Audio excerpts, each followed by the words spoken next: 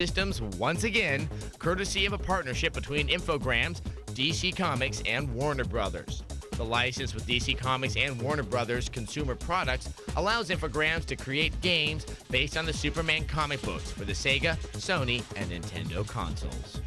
To find out more about goings-on in the game industry, come to the Gamespot TV website. Or you can spend a little more time with Lauren Lanning and Sherry McKenna in streaming video. Coming up on Gamespot TV, football is upon us, and we look at this season's top players. Plus, the mitochondria are mutating, and the results are rather unpleasant.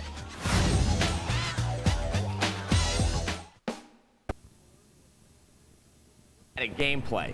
Now, they retooled the game to make it more like a Resident Evil survival horror game. Let's see what the result is. Parasite Eve 2 is an action-adventure game with an impressive cinematic style. The sequel takes place shortly after the events of its predecessor, Parasite Eve. Parasite Eve was a genuinely spooky action-adventure title in which police officer Aya Brea saved the world from a mutated mitochondrial menace. Most of the original's RPG elements have been replaced with a survival horror style a la Resident Evil. Graphically, Parasite Eve 2 definitely hits its marks. The static settings are well detailed, from ambient lighting to glossy marble floors. Detailed doesn't necessarily mean pretty. These monsters are mutated humans and animals that can give you a serious case of the creeps. Thanks to Parasite Eve 2's totally overhauled combat, you can shoot the monsters first and ask questions later. Battle is in real time. Aya has more than conventional weapons at her disposal. She can also use one of her parasite energy, or PE, powers. These powers are divided among 3 abilities in each of the 4 elements and cover everything from healing to immolation. Aya unlocks and improves her PE powers with the experience points she earns for killing monsters. In addition to experience, Aya gains bounty points for each kill, which she uses to buy weapons, ammo, and armor, an RPG element that shouldn't have made it into the sequel. At least Parasite Eve 2 features a helpful mapping system that keeps you from getting lost as you run back and forth to unlock new doors. Parasite Eve 2 still maintains a few of its predecessor's gameplay bogging RPG elements, but is still a definite improvement over the original. It's a stylish, well-designed title and close contender with all the latest horror-themed action-adventure games. Gamespot.com gives Parasite Eve 2 a 7.4 out of 10.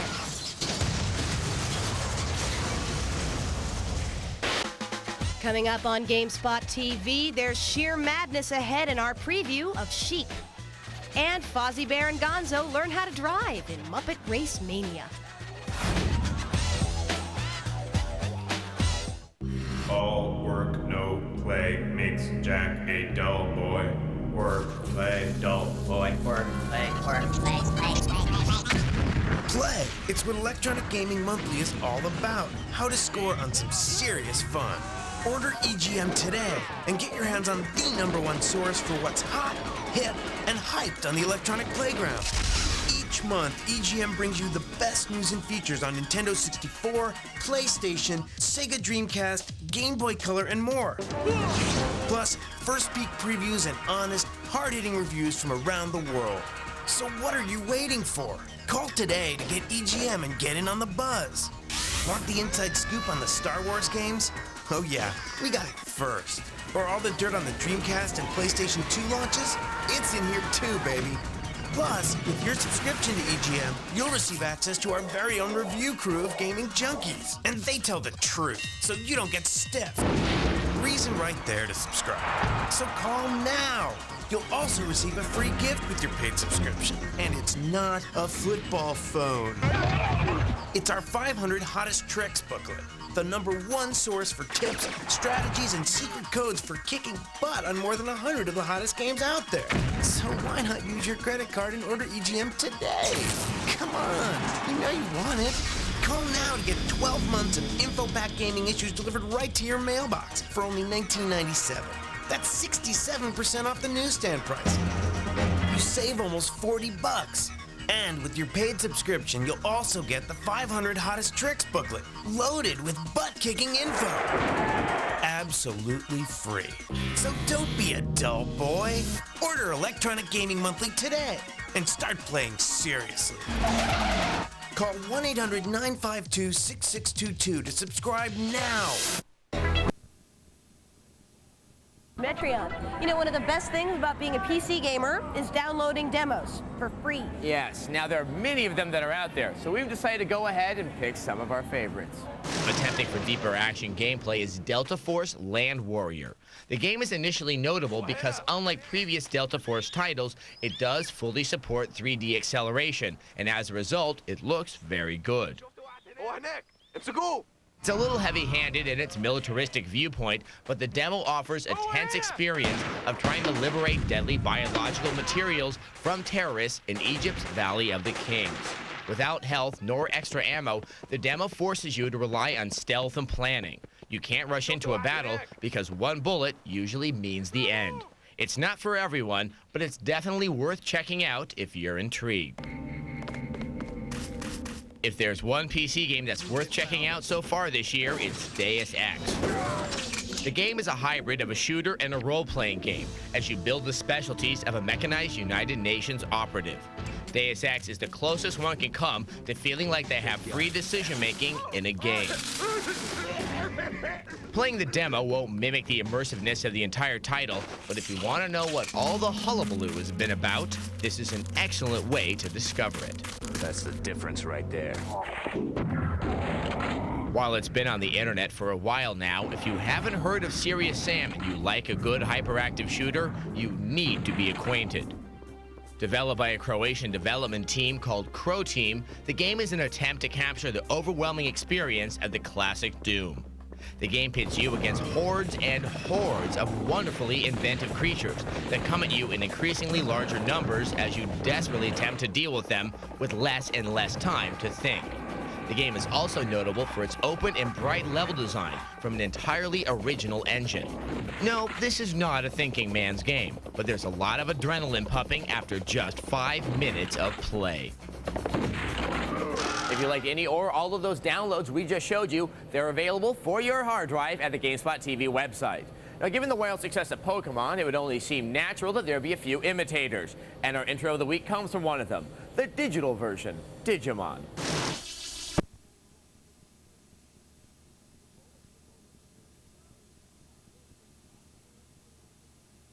Prodigal coach for a long time. I don't think he did either.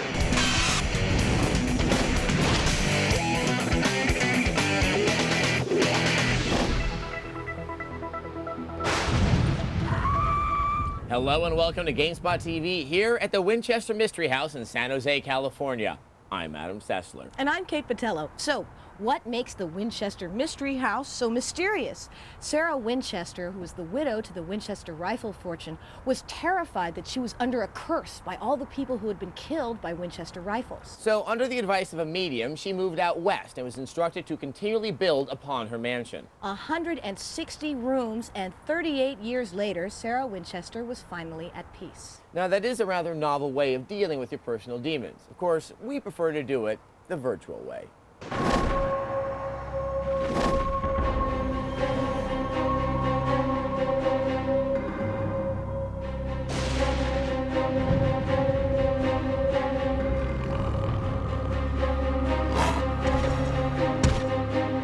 Fear resides in many places. It pervades the house on the abandoned lot.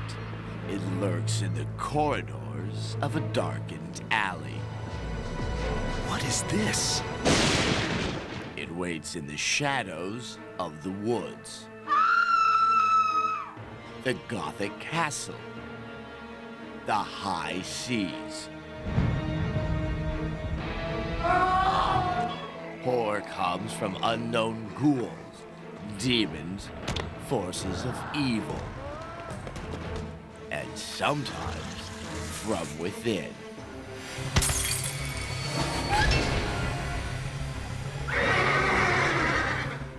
The unseen, the unknown. The darkness has sent tremors of terror through humanity since the dawn of time. What are we afraid of?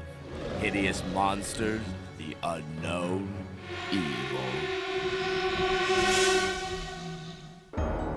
It's not enough to see silver screen vampires or watch creatures created in an evil lab.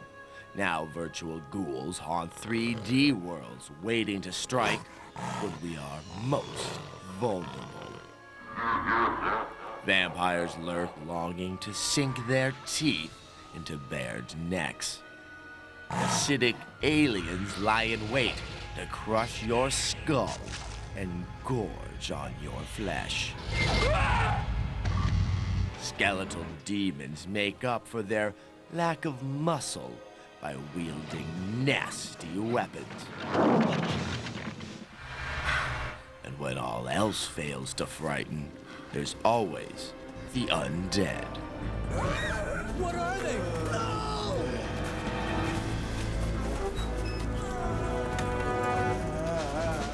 In the interactive world of video games, you are able to face your biggest fears and annihilate them before they devour you. Or not. So do these virtual specters reinforce our horror, or do games allow us to face our fears and destroy them? Who cares? It's just fun to be scared. When I was little, the monster that scared me the most was the tentacled beast that lived inside the plumbing, but I don't think they're going to make a game about that anytime soon. Make sure you come by the Gamespot TV website and let us know what spooks you by voting for the game that keeps you up at night. Resident Evil, Sanitarium, Alone in the Dark. Coming up on Gamespot TV, we'll never go into the woods again. Now that we have the review of the new Blair Witch game.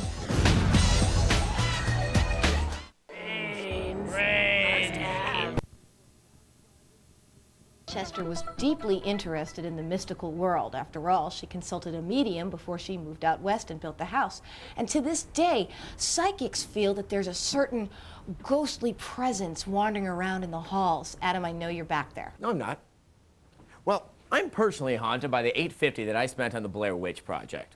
I guess one of the nice things about the movie is that it had a pretty interesting backstory, and that's what made into the new Blair Witch game, which is far, far scarier than the movie ever was.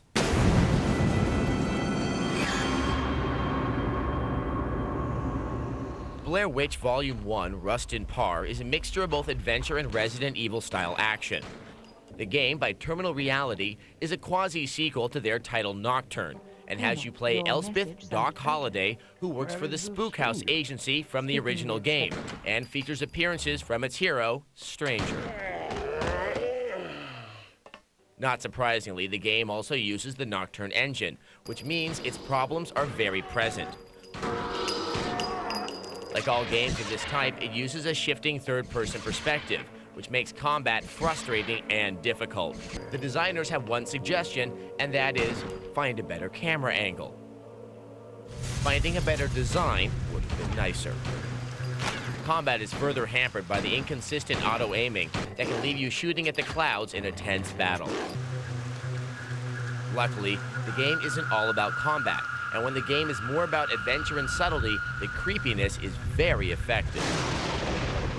One good example is an early scene where you hear and investigate a noise from your bathroom. It's gleefully tense by just suggesting something bad. Once you finally see the creatures, it feels like overkill. A Damite? One of the true benefits of the Nocturne engine is its remarkable lighting and shadow rendering abilities. This game is driven by atmosphere, and there's little question that this is the game engine to do it with. Rust in Par is inconsistent, but fun. The scary parts and good puzzles make it possible to overcome the problematic combat. The game may not take that long to finish, but it's a pretty unsettling ride along the way. GameSpot gives it a 7.1 out of 10. We're now in the room where Sarah Winchester used to hold seances. Now, at the time, it was a common practice for spiritualists to get together and wait for the spirit world to communicate with them via a series of knocking sounds. Yeah, spirit world, I'll be right there. Now, let's move from the world of the spirits to the world of the undead, to a game based on the very popular Japanese novel and anime, Vampire Hunter D. Okay, I'm locked in here. Yeah, I'll be right there.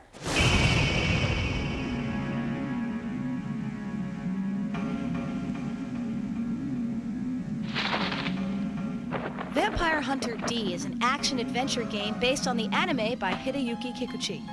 You are a vampire hunter named D, the offspring of human and vampire hired to rescue a kidnapped girl. The game is similar to Resident Evil, especially in gameplay and control, with the addition of a few extra moves. The main character can jump, guard, and strafe, which would seem like an advantage, but is it? The control in this game is almost out of control. Take jumping, for instance. It's hard to judge distances on a flat graphic, so aiming your jump is a trial. You'll also want to jump to attack flying enemies, but may end up doing a backflip instead. Being faced with multiple enemies is difficult as well. There's no auto-target function in Vampire Hunter D. In many instances... Dare you hunt us for the humans? Shame on you! The graphics are nothing to backflip over either. The bulk of detail goes to D himself, leaving everyone else looking blocky. D draws his sword with a satisfying flourish, but that's about it.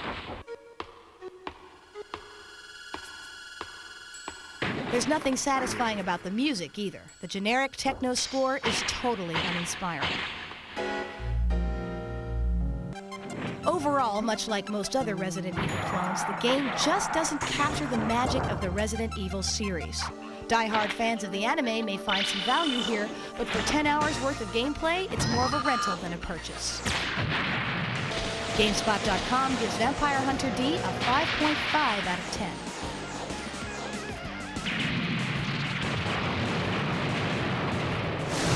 So how about them vampires, huh? Vampire the Masquerade Redemption. Good, spooky RPG, but it did have some gameplay problems. But you know what? Nothing fixes gameplay problems like a good old-fashioned cheat. Playing Vampire the Masquerade Redemption and feeling like a fledgling? Here's some cheats to take you from neonate to elder before the sun comes up. First, you have to play the game in console mode. In your Windows Run menu, type the path and executable for Vampire and add the line console after the quotation marks. After you've launched the game, type a tilde to access the console. To play in infallible Vampire God mode, type God 1. For more experience points, type XP and the number of points you want. Need some cash? Type cash and the amount of cash you want. To learn the whole spellbook, type Add All Disciplines. For full health, type Revive. I am awakened. And if you can't take it anymore, kill yourself off by typing Kill Me.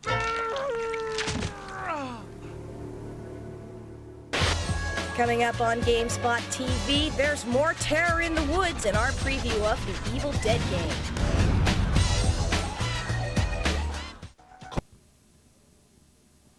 Mystery House. Now, one of my personal favorite cult horror movies is unquestionably Sam Raimi's The Evil Dead. And of course, like all things good, it's been made into a game.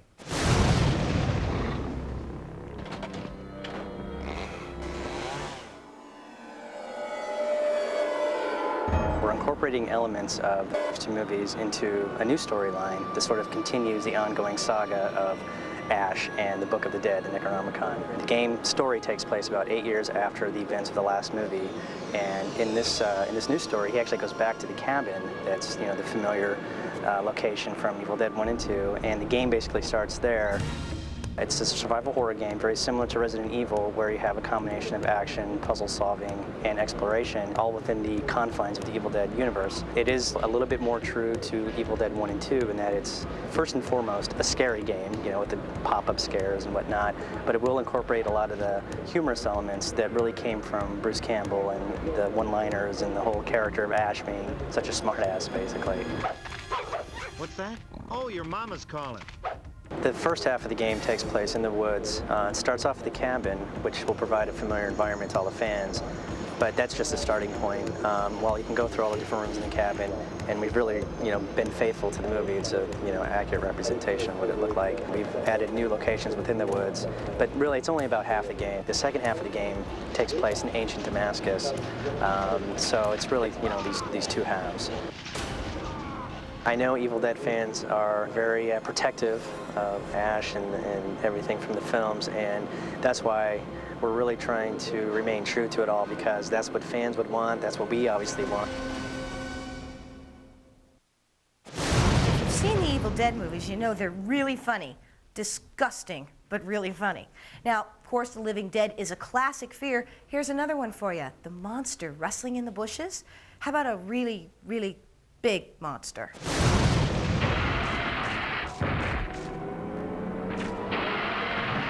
The dinosaurs are back, and this time it's personal.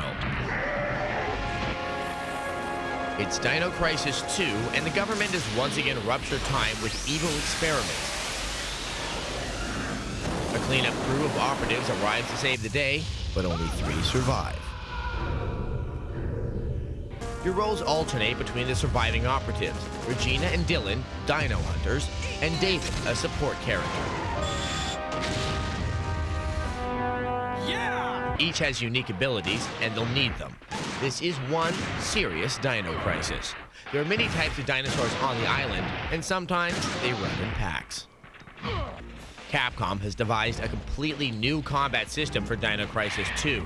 It's fast and simple with an urgent pace. You win points for each dinosaur you kill, earning a combo bonus for neutralizing more than one in a short period of time. That's much easier when you can run and shoot at the same time. And the new battle system lets you do just that. Presuming you've lived long enough to hit the select button, you can access the inventory screen to manage items, read files, or hit the first aid kit for a hemostat. The fear in Dino Crisis 2 is made palpable by excellent graphics and sound. The pre-rendered emerald jungles are lush and rife with danger. Velociraptors burst from the shadows, allosaurs shake the ground beneath them, and the effects are genuinely scary. Dino Crisis 2 avoids the stereotypes of the survival horror genre and delivers a novel take on the third-person action shooter. Gamespot.com gives Dino Crisis 2 a 9.2 out of 10. If you are a fan of the original Dino Crisis, don't be put off by all the changes in the sequel. It is a whole lot of fun to play, even if it isn't sticking to its survival horror roots. Now, another game that many people know is a whole lot of fun to play is Diablo 2. But one thing that gets overlooked are the incredible CG sequences in the game. So here's a look at the intro, because it's pretty creepy.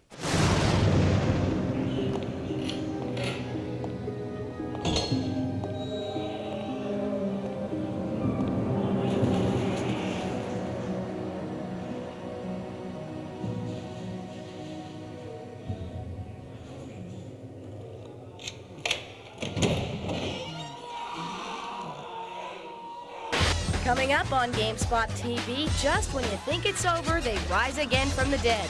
The zombies just keep coming. We find out why.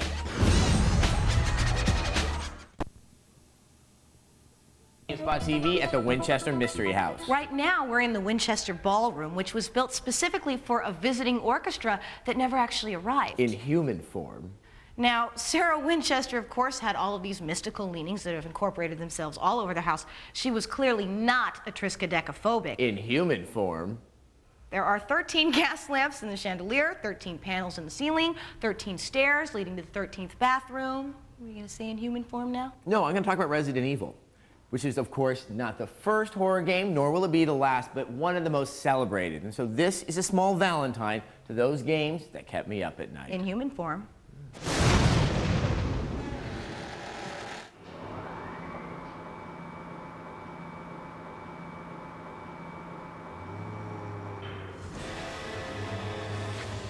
Ah, the living dead. What really can be said about them that hasn't been said already? They've been with us in many forms, but unquestionably one of the most popular and seemingly enduring treatments has been in the Resident Evil series. So what has made these games work and become so revered in the halls of gaming? Well, the simple answer is that they're fun and really, really scary. But how has it worked time and again? First off, there's the story. From the first incarnation, the Resident Evil games had developed a virtual mythos around the shadowy Umbrella Corporation and its unpleasant T-virus, as we follow the travails of its host of characters.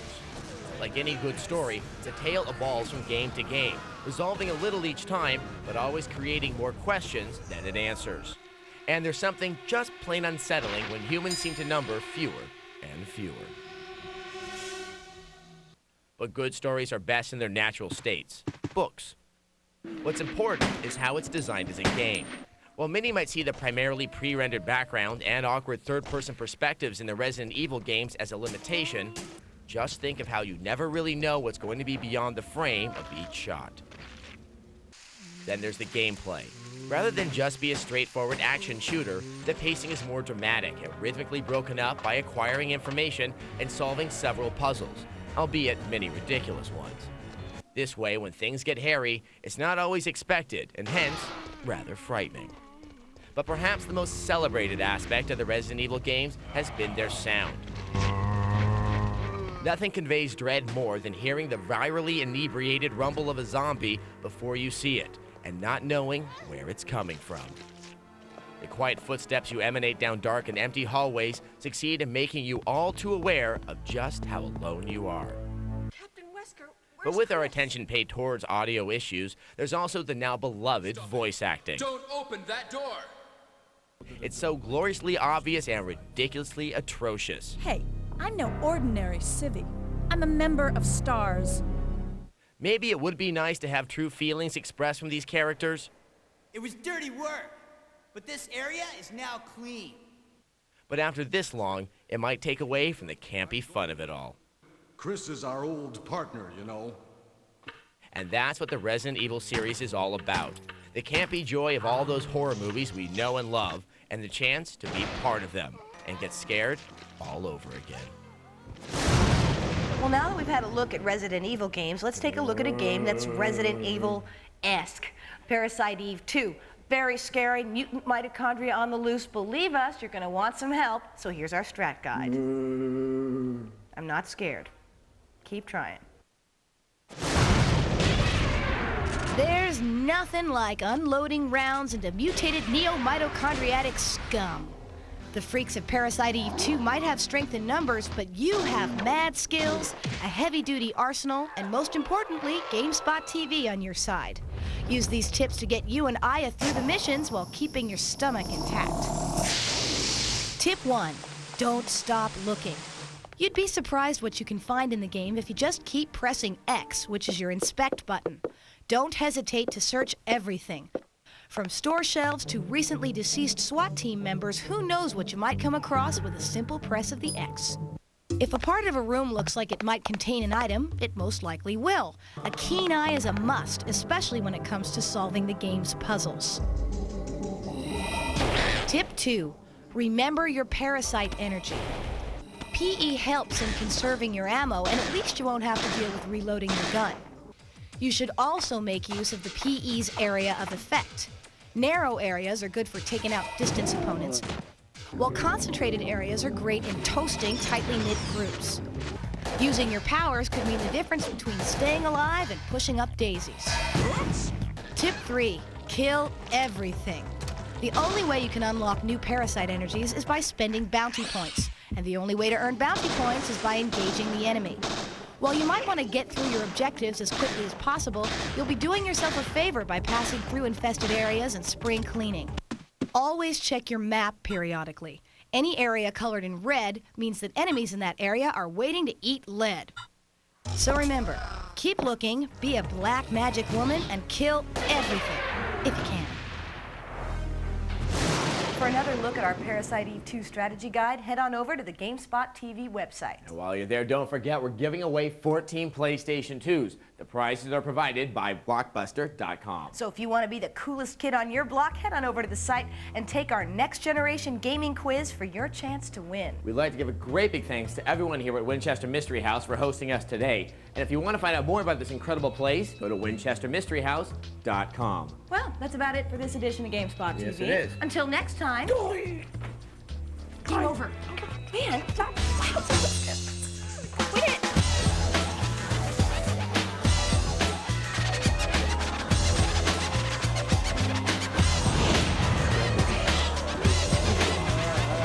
Don't open that door!